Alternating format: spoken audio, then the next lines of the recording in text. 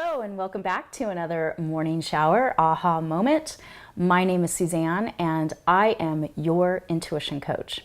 So in my work, I talk a lot about the scramble, the struggle that a lot of people find themselves in when they are fearful of uncertainty. You know that feeling when you feel like you are grasping to make sense of things, or you simply feel like you are stuck in the mud? Well, I assist you to manage challenges without the need to scramble or even struggle. So challenge is inevitable, but struggle is not. Struggle and scramble is optional. And, really, the way I see it, scramble and struggle is the state of being the chaotic energy that you emote. And when you are in that state of chaos, you feel like you have no control in the matter. And truth is, you can actually have a sense of control during a challenge. But if you're scrambling or, grasping for certainty, it can feel like you are out of control while you are trying to control the situation. It's kind of a crazy paradox of sorts. We live in a world of chaos, sometimes orderly chaos and sometimes disorderly chaos, but we all experience chaos. Okay, so most chaos, it's a jumble of disorderly stuff that we're constantly trying to make sense of. And chaos doesn't have to be right in your face, such as a hurricane or a tangible economic collapse for you to experience chaos. Chaos can be the sneaky and sometimes silent, disorderly mess of sorts in our head. It's like that chronic undercurrent feeling of uneasiness and uncertainty. And you might also feel it as anxiety or even a sense of overwhelm. You might even experience it as the feeling that you are, racing against the clock. And did you know that there is organized chaos and disorganized chaos all around us all the time, right? So disorganized chaos leads some to use, reactionary tactics that are fear-based, such as manipulative and controlling behaviors, or some use old patterns of addictive behaviors that are not productive and don't produce positive outcomes. Whereas organized chaos welcomes a person to have the ability to respond and take action peacefully with a level head. And by the way, this is the energetic space where new and creative thoughts come from, creating new thought patterns to create, really a better situation.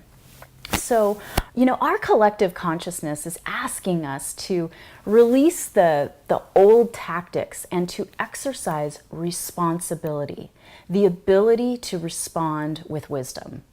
And you know what? Let's face it, when we experience disorganized chaos, nothing makes sense to the big logical mind, right?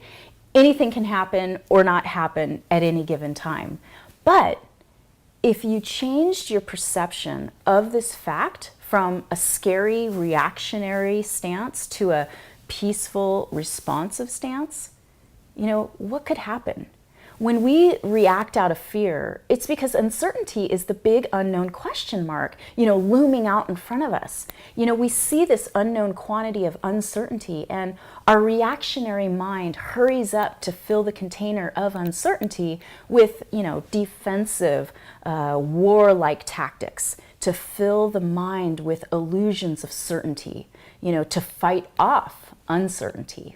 So I see the feelings of uncertainty packaged in the form of chaotic reactions, meaning, when a person feels uncertain, it's easy to also feel chaos and then have knee-jerk reactions that, they've really gotten good at because that's all they know. Again, that might be in the form of anxiety or overwhelm or other out-of-control reactions, right?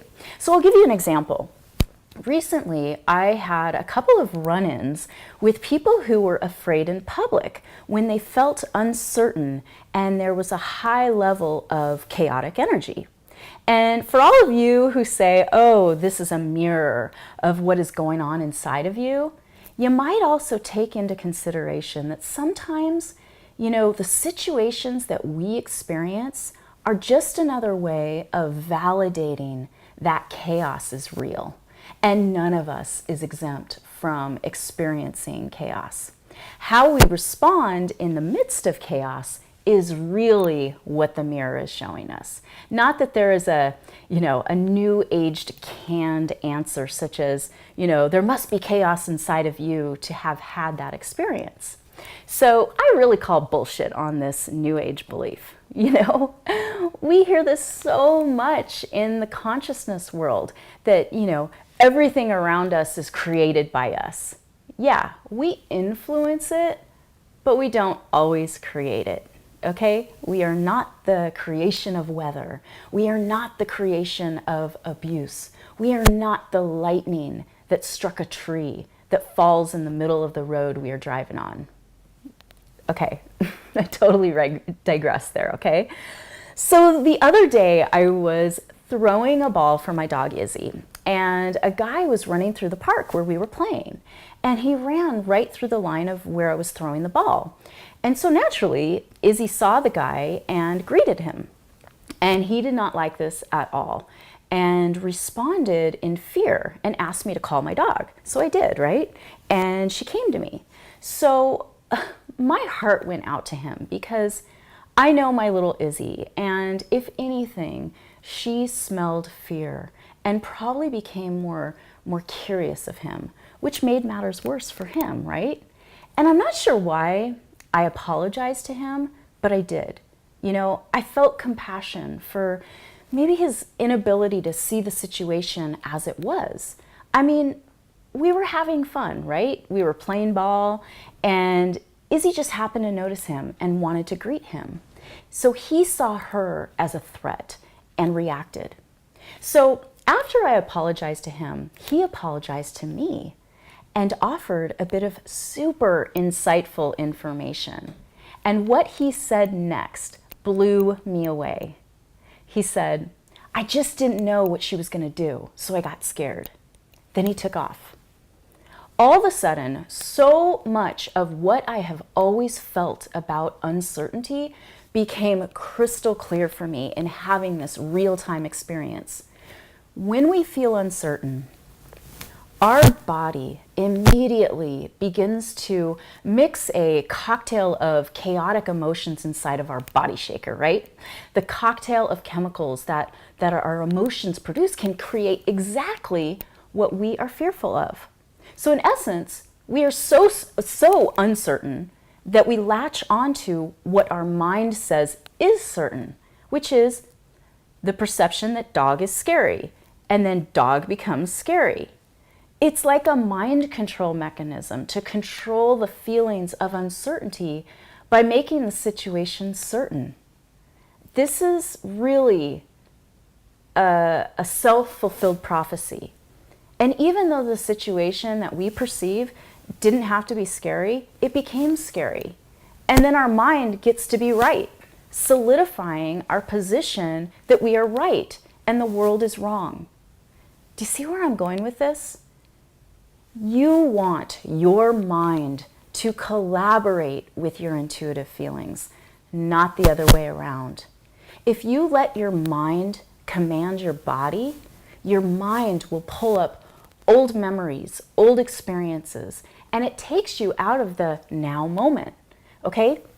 Your body becomes a slave to your mind. So what can you do when this happens? Well, the easiest way to do a pattern interrupt of your mind is to ask one simple question when you're in the moment of fear, which is this true? This meaning, is this dog tearing into my leg right now? Is the dog actually tearing on my leg right now? If the answer is no, breathe and respond from a place of peace and empowerment. And each time you respond, instead of react, you create new grooves on your brain that give you give you that confidence, right? To keep going and create experiences that solidify the belief that life is your friend and not your enemy. Know and trust that we can't control an invisible storm that is heading our way, but we can intuitively feel when there is a disturbance in the air and use this feeling to take calm and responsive action steps. Now, this is not to suggest that we all go into denial and have a new belief that all dogs will not bite. But this example gives us an opportunity to take each new situation and feel into your body and trust that your body will tell you if a dog is vicious or just happy to see you. Now, there's always the wild card, right? But such is life. So life has no guarantees. So there you have it. I know this one was a bit longer, but I really felt called to share this message to you and remind you that we are all in this together. So take the time to smile at a stranger, okay? They are your fellow travelers on the path. And if you like this message, give it a thumbs up and share the love. And until next time, I will see you later. Bye-bye.